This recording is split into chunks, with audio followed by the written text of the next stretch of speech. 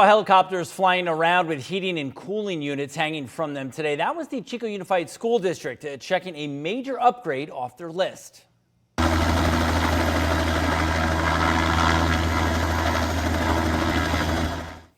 Over the next 2 days, about 105 new HVAC units will be installed by helicopter at Sierra View, Bidwell Jr., Chico Jr., and Chico High Schools.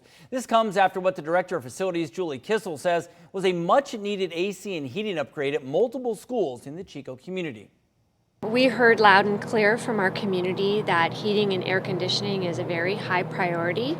So our maintenance department has been working on lining out this project for well over a year. It's all about our students, their safety, so clean, fresh air to breathe while they're in school, and the comfortability.